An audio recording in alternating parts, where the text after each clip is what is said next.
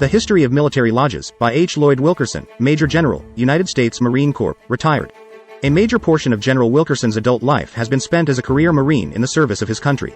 From his childhood, he had heard stories about brother Masons, serving in opposing armies, who spared each other from death upon being recognized as fraternity brothers. Even General George Washington is reported to have visited a lodge with his British adversaries while under a flag of truce.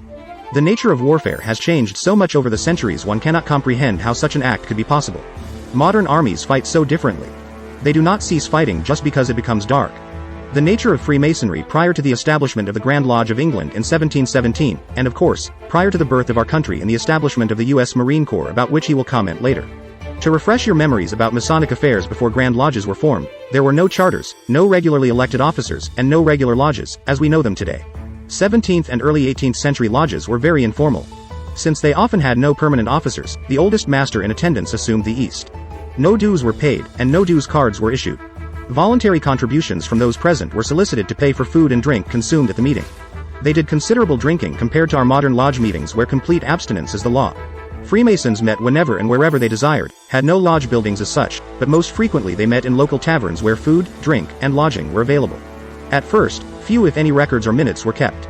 It is interesting that the very first record of the making of a Mason in England, but not in an English lodge, was in 1641 when General Hamilton and certain masters and others from Lodge of Edinburgh met at Newcastle, England, and admitted Robert Murray, General Quarter Master of the Army of Scotland.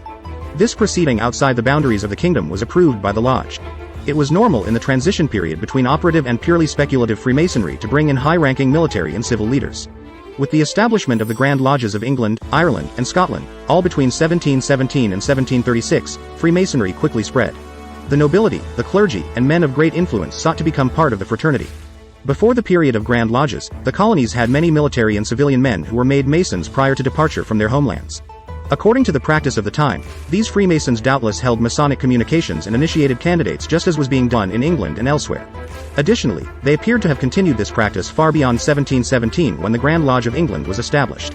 Along with the Grand Lodges came more standardization of the ritual, more control of lodge affairs including chartering, meetings, and initiations. Technically, all lodges in the colonies became clandestine until they received written charters. One that met at Tun Tavern in Philadelphia boasts of having the first recorded lodge meeting in America. It was denied being known as the oldest authorized lodge in America by its failure to submit a timely request for a charter to some Grand Lodge. Our brother General George Washington was made a Freemason in the Fredericksburg Lodge in 1752, technically a clandestine lodge, for it did not receive its charter until 1758. The military Freemasons did join their civilian brothers in the taverns for meetings. However, an accommodation was made for the professional soldiers when Grand Lodges began issuing warrants or charters for regiments to have military, traveling, lodges. The first such authorization appears to have been made by the Grand Lodge of Scotland in 1743 when, at the recommendation of the Earl of Kilmarnock, Grand Master, the first military lodge, under the Grand Lodge, was erected, the petitioners all belonging to Colonel Lee's regiment, afterwards the 55th Foot.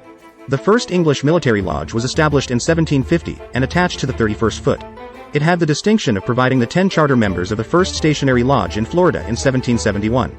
By 1760, because of the lengthy conflict with the French in which many regiments from England participated, there were at least 50 regimental lodges in the colonies. They were warranted by both the ancient and the modern Grand Lodges of England, and the Grand Lodges of Scotland, Ireland, and the provincial Grand Lodges of Massachusetts, Pennsylvania, and New York. At the time hostilities started in the Revolution, the number of military lodges had increased about 50%. At the close of the French and Indian Wars there were, in addition to the military lodges, about 100 lodges warranted by the Grand Lodges previously named. Military lodges greatly accelerated the growth of colonial Freemasonry. As the Revolutionary War approached, the U.S. Marine Corps was organized in that same Tun Tavern in Philadelphia where the first recorded meeting of Freemasons had taken place in 1731. The innkeeper of Tun Tavern, Samuel Nicholas, was a member of the lodge and later became its junior warden. He set up his recruiting station in Tun Tavern and he is recorded in our history as the first commandant of the Marine Corps with rank of major. The regimental military, traveling, lodge system was perpetuated in the American military forces, first by the colonial Grand Lodges, and finally by the state Grand Lodges. The stories of Freemasons saving life and property of their brothers in the opposing camps are probably true. Dr. Joseph Newton in his book, The Builders, A Story and Study of Freemasonry, tells that the Union Army commander who attacked Little Rock, Arkansas, ordered a guard to be stationed around the home of Confederate General Albert Pike to protect his library. Dr. Newton also expresses gratitude for the kindness of a brother Freemason in the Union Army who spared the life of his father, a prisoner of war from the Confederate Army and himself a Freemason. General Wilkerson said that he must have thought in the wrong places in World War II, Korea, and Vietnam, for these activities have never come to his attention. But military lodges did exist in World War I. For instance, near the end of the war, a lodge of particular interest to U.S. soldiers and Marines was Overseas Lodge 40, Koblenz, Germany. This lodge was formed in an enemy country, and utilized lodge rooms in which Napoleon and his officers reportedly held Masonic communications more than a century before. Shortly after the American Army entered Germany in December 1918, a small group of brothers organized a Masonic club in Koblenz. This club met regularly in the Kaiser's Gymnasium Hall and in 6 months had become a body of some 3,200 souls. Overseas Lodge 40 was the outgrowth of this Masonic club with a dispensation granted by the Grand Lodge of Rhode Island. The lodge did not hold its Masonic communications in the Kaiser's Gymnasium, but began conferring degrees utilizing the German Masonic Temple, home of Johannes Lodge, Frederick zur Vaterland, originally an army lodge during the Napoleonic Wars. This lodge was first organized in 1812 as a field lodge during Napoleon's campaign in Russia. 3 future commandants of the U.S. Marine Corps became Freemasons in Overseas Lodge 40 during its short existence. General John A. Lejeune, probably the most outstanding Marine of the 20th century for whom Marine Corps Base, Camp Lejeune NC, and John A. Lejeune Lodge 350, Quantico, VA, were named, General Wendell C. Neville, and General Lemuel C. Shepard, under whom I have often served and from whom I have taken this story. General Shepard tells this story of General Lejeune's initiation as it originated with fellow U.S. Army officers in the 2nd Army Division when General Lejeune commanded it. General Lejeune is reported to have called his driver and told him he was going to Koblenz. When he named the hour of departure, the driver's face fell. "I was going to ask if I could get off this afternoon, sir," he said. "No, you had better come along," the general replied. "You will have plenty of time to yourself in Koblenz." "Yes, sir," said the driver, although he was not wholly cheerful. "Where to, sir?" he asked as he was entering Koblenz about 3 o'clock that afternoon.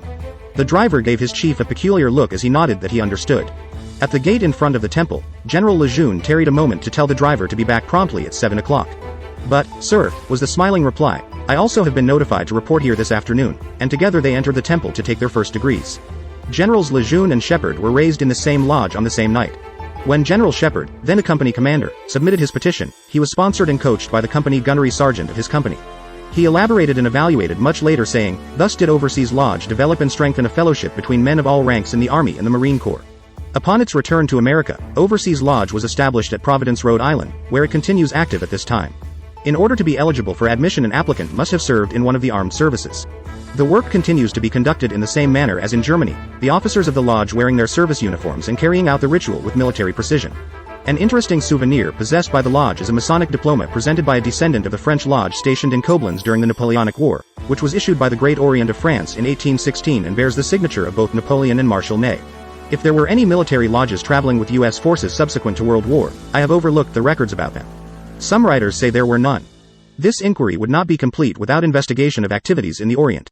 Freemasonry was established in the Philippines in 1898 by the field lodge that accompanied the North Dakota Regiment of Volunteer Infantry.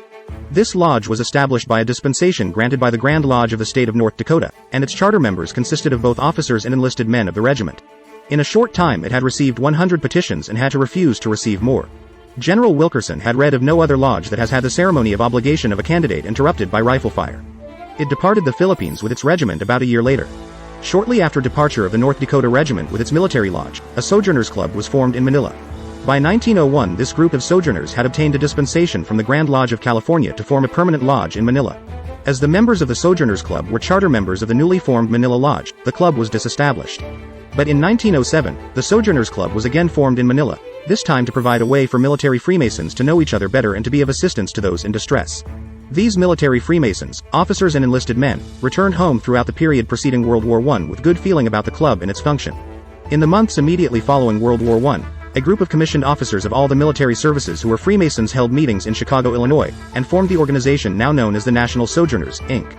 It is composed of Freemasons who are commissioned officers, warrant officers, or senior non-commissioned officers, past and present, of the Armed Services of the United States, the U.S. Coast Guard, the Public Health Service, our Coast and Geodetic Survey.